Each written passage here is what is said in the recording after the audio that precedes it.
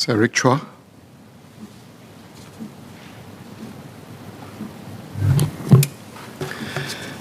Sir, Singaporeans are one of the most digitally connected people in the world, and we start young. According to a survey in 2019, Singaporean children get their first internet-enabled device at the tender age of 8. That is 2 years younger than the global average, and that's amongst the youngest worldwide. And we seem to love our devices. On average, Singaporeans own 3.3 connected devices per person. Amongst us, 91% own a smartphone, sometimes two, and broadband internet speed is amongst the highest in Asia.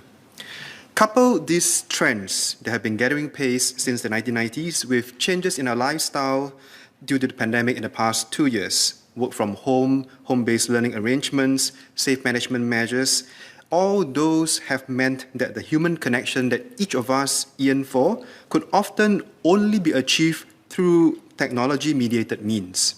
Simply put, we cannot live without being digitally connected today. Technology can either be a boon or a bane. Through social networking sites, people all over the world can reconnect with long-lost friends, share tips on niche hobbies, and rarely like-minded individuals passionate about various social causes. In the same vein, however, these platforms have also allowed terrorist cells from remote corners of the world to link up. Much, therefore, depends on factors such as the purpose that technology is harnessed for and the motivations of individual tech users, amongst others. While most people use the internet and social networking sites for gainful purposes, for work, learning, and leisure, some inadvertently fall prey to ills that lurk in our online spaces. First, sexually explicit materials. We Care Community Services, a community-based addiction recovery center, reported an increase in the number of people seeking help for compulsive sexual behavior, including excessive online pornography consumption. From 50 cases in 2019, We Care handled 100 cases in 2020. That's a 100% increase. 70 cases were new, and many were youth in their 20s.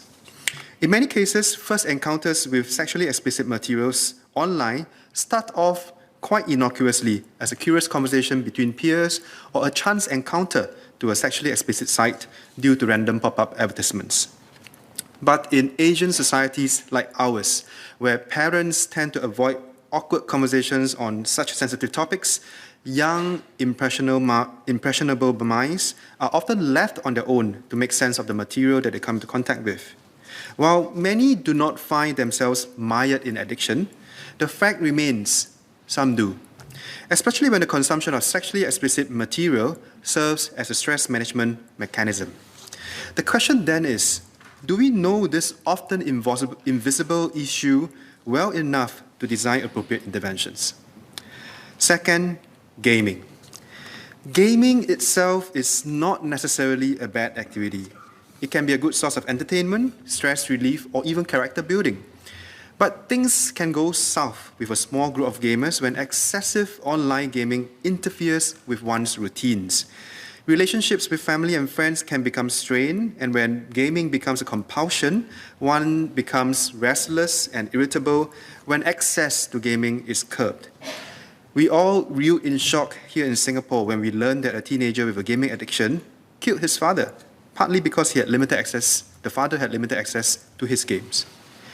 A related issue is that of in-game loot boxes or virtual goodie bags with random rewards, as the Straits Times call it. The odds for some of these loot boxes are sometimes as low as 0.00005%, and that is 4 zeros behind the decimal point for the record. Of course, this means that prizes are extremely coveted.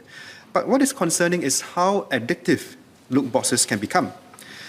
Experts have warned that the allure of these loot boxes lie exactly in the excitement of not knowing what one is going to get, much like what Forrest Gump says in the box of chocolates.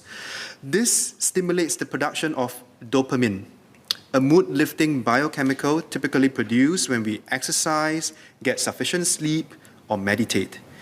But this keeps the gamer coming back for more.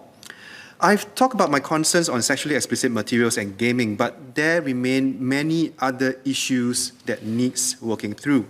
cyberbullying, mis- and disinformation, extremism, amongst many others. I stress again for the record here that I'm not making a case against the internet or gaming or any online platforms. But while I had scratched the surface in terms of these online ills we need to tackle, what is the ministry's strategy in mobilizing resources, channeling society's attention to the relevant issues? And what are the conversations we need to have as a society? What roles can families and parents play?